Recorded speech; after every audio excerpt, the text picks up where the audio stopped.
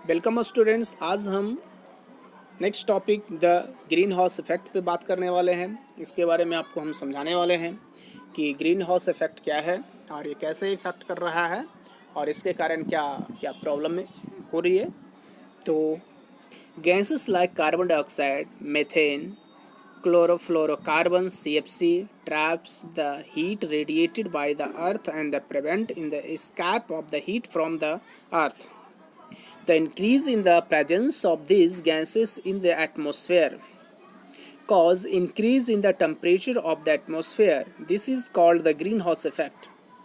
देखो 7 चीज़ हम बताना चाहते हैं यहाँ पे, ठीक है, कि जो कार्बन डाइऑक्साइड है, मीथेन है, क्लोरोफ्लोरोकार्बन है, जिसको शॉर्टकट में CFCS कहा गया है, ठीक है, traps the heated radiate by the earth and prevent in the escape of the heat from the earth.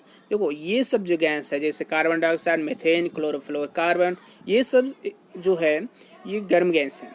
जब धूप पड़ती है तो हमारी अर्थ जो है वो हीट को ऑब्जर्व कर लेती है, ठीक है, लेकिन और ये गर्म गैसें भी हैं और prevent in the escape heat from the earth. The increase in the presence of these gases in the atmosphere cause increase in the temperature of the atmosphere।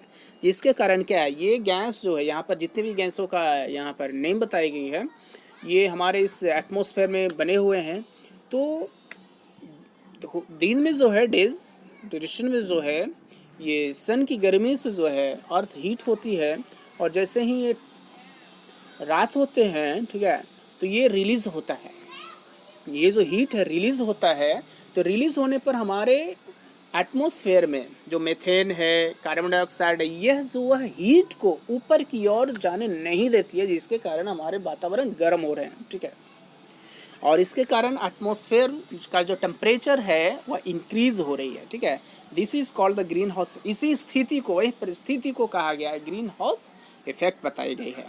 Green house effect can cause melting of polar ice. और ये green house effect के कारण जो है जो polar ice है, जिसको हम लोग कहते हैं ध्रुव के पास जो बर्फ है, ठीक है, increase in the sea levels, और वह पिघल सकती है, जिसके कारण सी लेवल का जो है सी का वाटर लेवल है वो बढ़ सकती है। Floating of the coastal area and the submarine of the inland, और इस तरह से जो हमारी धरती तक यहाँ बोली गई है कि वह डूब सकती है।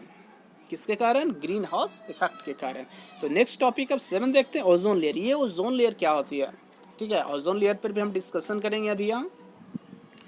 तो ozone molecules contains 3 items of the oxygen. देखो ओजोन जो है इसका मॉलिक्यूल्स फार्मूला है O3 और ये जो है ऑक्सीजन के 3 आइटम से बने हुए होते हैं, ठीक है। Ozone molecules contain 3 items of the oxygen O3। It is the present in the upper layer of the atmosphere. It is poisonous gases, और ये poisonous gases भी है, यानी कह सकते हैं ये जहरीला गैस भी है, ठीक है। It protect the earth from the harmful ultraviolet radiation from the sun which is the harmful for living organisms। और ये ओजोन जो होती है, ओजोन जो गैस है, ठीक है, वह पॉइजनस गैसेस, और ये हमें बचाते हैं, हमारी धरती को बचाते हैं हार्मफुल हानिकारक अल्ट्रावायलेट रे से, harmful ultraviolet radiation from the sun which is the harmful for living, और जो कि यह लिविंग ऑर्गेनिज्म के लिए बिल्कुल नुकसान है ये, ठीक है। तो हमें जो है अल्ट्रावायलेट रेज से बचाता है कौन? Ozone layer, ozone gases. The ozone layer is being damaged by the carbon compound like chlorofluorocarbons CFCS. To prevent in the damage to ozone layer, the use of CFC been the reduced। देखो यहाँ पर साफ बताई गई है कि the ozone layer is the being damaged by carbon compound। Ozone layer है वह कार्बन कंपाउंड के कारण जो है डैमेज हो रहे हैं, जैसे इसमें है लाइक क्लोरोफ्लोरोकार्बन, जिसका शॉर्ट फॉर्म है CFCS। To prevent in the damage to ozone layer, इसीलिए हमें इसे बचाना है, प्रिवेंट करनी है, ठीक है।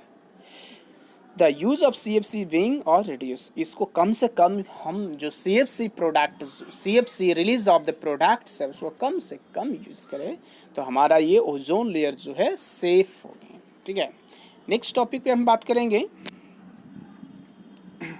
जैसे ये देख पा रहे हैं आप, ओजोन लेयर है और किस तरह से अल्ट्रावायलेट रे को बचाता है।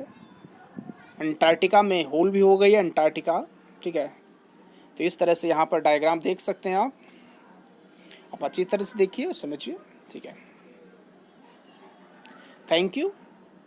आज के वीडियो में बस इतना ही।